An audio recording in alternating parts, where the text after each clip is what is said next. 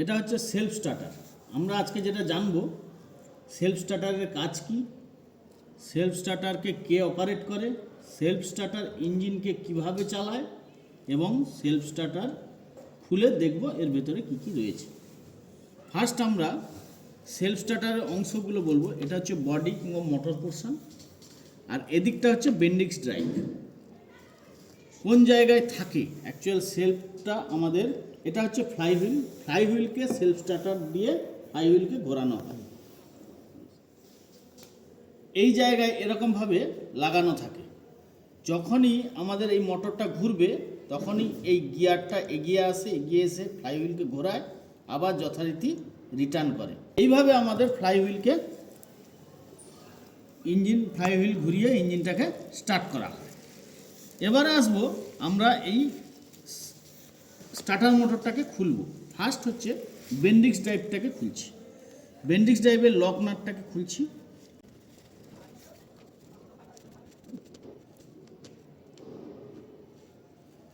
এবার হচ্ছে এটা হচ্ছে প্রেসার স্প্রিং।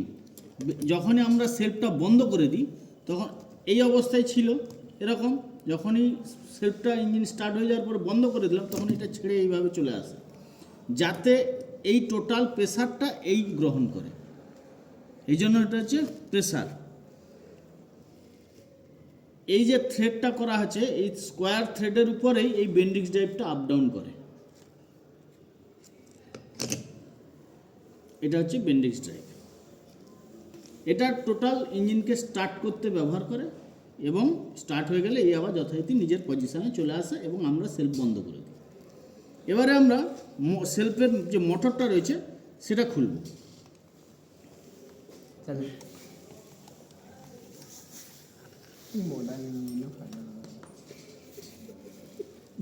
এবারে আমরা যেটা বডির কভারটা খুললাম, তারপরে আমরা পেছনের দিকে আর্মেচারের কার্বন ব্রাশের দিকে কভারটা খুললাম, তারপরে আর্মেচারটাকে বের করলাম।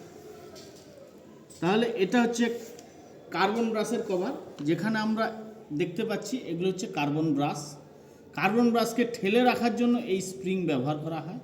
এগুলো প্রত্যেকটাতে সিরিজ কানেকশানে থাকে।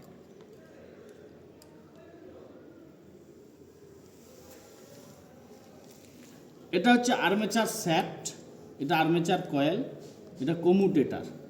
এর ওপরে আমাদের এই কার্বন ব্রাশটা, এইভাবে কার্বন ব্রাশটা থাকে। ফার্স্ট আমরা যখন ভোল্টেজ দিই তখন ব্যাটারি ভোল্টেজ এইখানটায় দেওয়া হয়। দেওয়ার পরে এই যে ফিল্ড কয়েল চারটে রয়েছে, এই চারটে ফিল্ড কয়েলে ফিল্ড তৈরি হয়।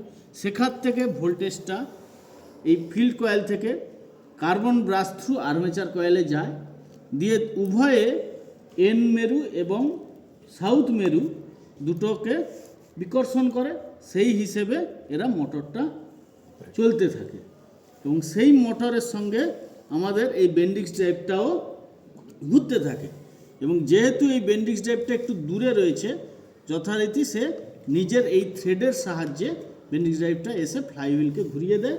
আবার আমরা যখন ইঞ্জিন স্টার্ট হয়ে গেছে ভেবে বন্ধ করে দিই তখন বেন্ডিক্স ড্রাইভটা আবার যথারীতি নিজের ভারসাম্য বলে রিটার্ন চলে যায়।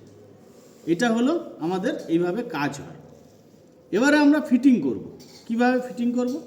ফার্স্ট হচ্ছে আমরা এই আর্মেচারের যে কয়েলটা রয়েছে, আর্মেচার কার্বন ব্রাশের, সেটা আমরা লাগাবো। তারপরে আমরা আর্মেচার শ্যাফটটাকে সেট করব।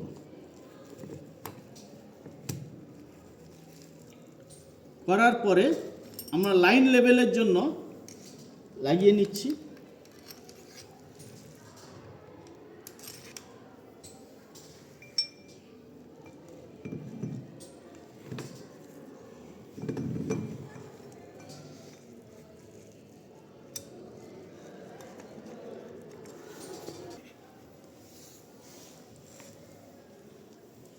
এবারে আমরা যেটা প্রথমে খুলেছিলাম সেইটা বেন্ডিক্স ড্রাইভের পোর্শনটা আমরা ফিটিং করলাম। তারপরে থ্রেডটা লাগালাম, প্রেসার স্প্রিং, তারপরে লক থ্রেড।